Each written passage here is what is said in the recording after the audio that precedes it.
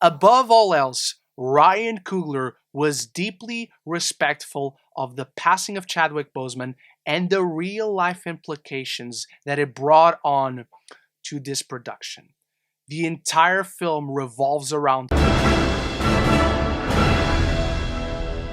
Welcome back, MCU fans, as we continue Black Panther week with this spoiler-free review on Black Panther Wakanda Forever, the last MCU movie of 2022, marking the end of Phase 4.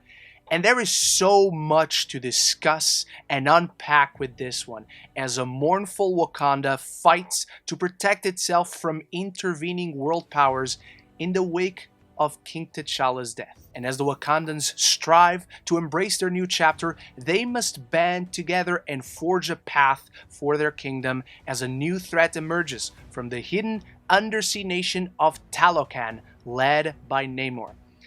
And this is a movie impossible to discuss without mentioning the horrific real-life situation that forced them to head down this path. It's a horrible hand to be dealt with. Ryan Coogler and Marvel found themselves in a position that generates no jealousy whatsoever.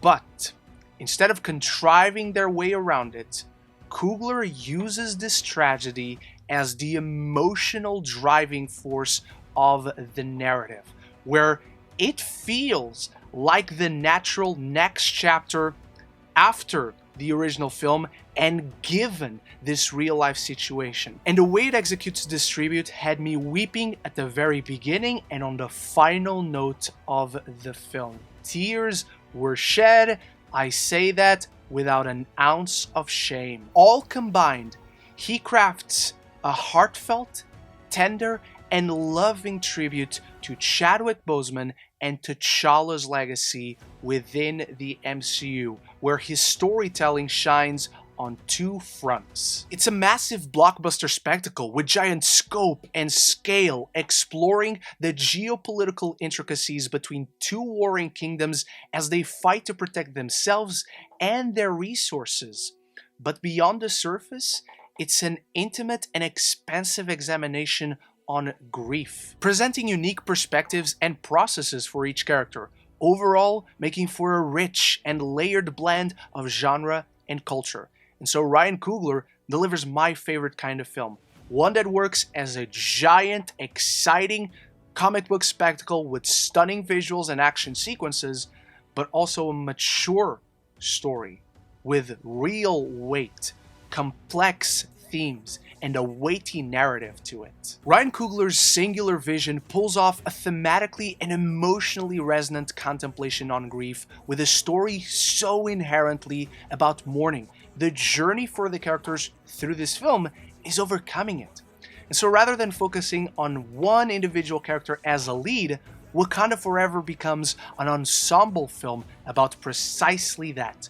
Wakanda, a nation whose foundations are shaken by the devastating loss of their leader and protector, but also by the dynamic shift that is brought from the decision made at the end of the first film. How does that change the world? How do other nations react? And what if another hidden nation with a history of oppression who values their resources begins to be targeted as a consequence of that decision?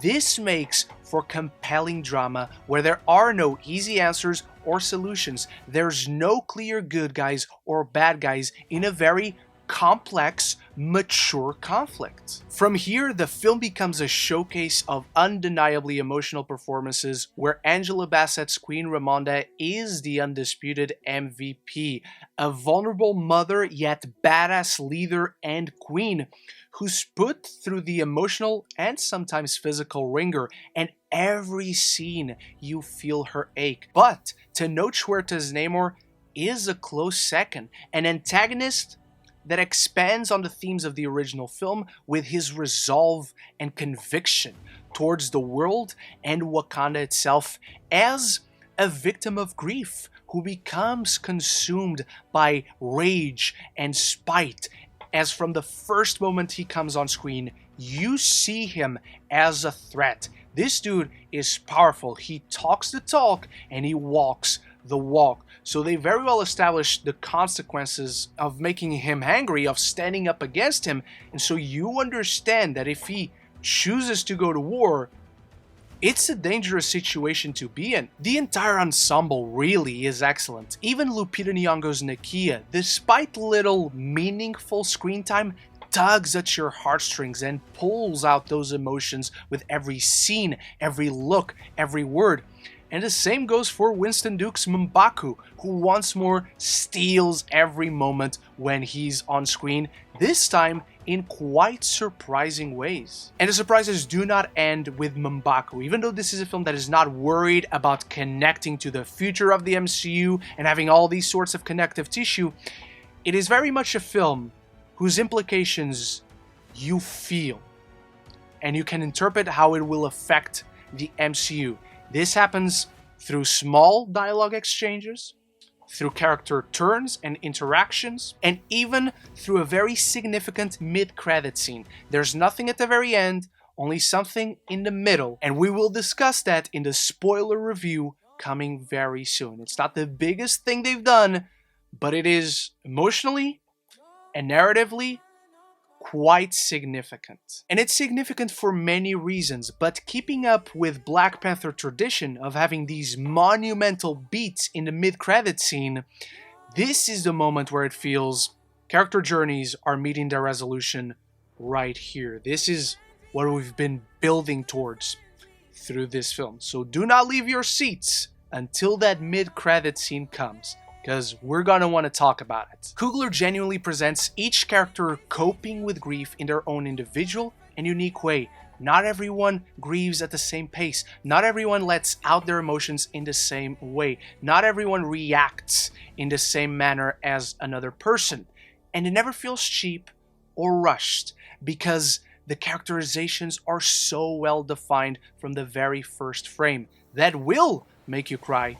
And from there, every key beat and moment is allowed to breathe, which is why this is a very long movie, running at 2 hours and 41 minutes. It's because it has so many pieces on the chessboard to play, it can take a while to get going. After setting a very emotional stage that pulls at the heartstrings with many familiar characters, we need to reestablish the world, and then introduce all the many new characters. The civilization of Tālocān, where the world building is breathtaking. Ryan Coogler does a fascinating job in exploring this nation and its people, letting us see what makes it different, but also what makes it similar to Wakanda itself, making all these characters very compelling despite being so different. And even Riri Williams, who does work more as a plot device rather than a fully fleshed out character, but she's fun enough, she's quirky enough, she has some really cool scenes, and I love the relationship that flourishes between her and Shuri. But all of them need to be fleshed out and presented and be brought together, and the connective tissue between all these pieces needs to be established, and so it can take a while to get going. It can feel clunky at points. A narratively key character will disappear for a bit, and someone new will begin driving the narrative forward, which at points can feel jarring, as well as the editing for the action set pieces themselves that continues to undermine the action and the choreography as a whole. While Coogler can clearly shoot action, capturing the visually grand, gigantic comic book spectacle while never missing those smaller, more intimate character moments in between, the editing in and of itself just always feels like it cuts away too soon or too late from the stunt work and choreography on display, even though you can clearly see they were there. Sometimes even in the background, you can discern the amount of effort that was put into the action choreography. Furthermore, much like the original Black Panther, the third act of this film lacks the emotional crescendo and awe-inspiring action of an earlier sequence in the film when the two kingdoms go to war with one another. The location is just not that interesting. It doesn't feel as grand. And it's also riddled with a ton of deus ex machina moments that come completely in succession from one another as we build to the finale through a rushed montage that leaves many questions unanswered. It's very entertaining from a visual standpoint. It's all there. There's just something that was better before, and so it doesn't naturally feel like it's building up. It doesn't feel like it's peaking in the third act as it should. My biggest issue with this film, however, is tricky to discuss in a spoiler-free context. So I will leave specifics to my spoiler review dropping on Friday. I will say, however, that it has to do with characterization, in that the film doesn't do a good job with one of its key characters and their journey.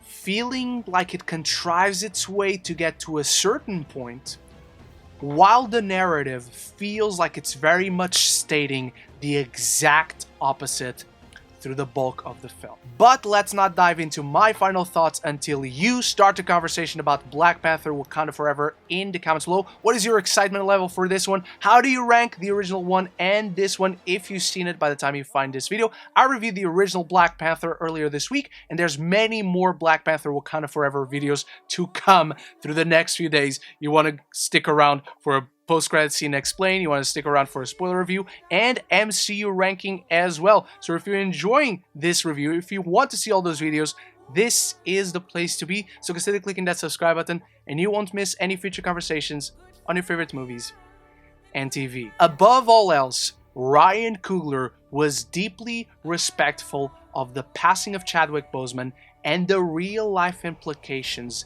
that it brought on to this production.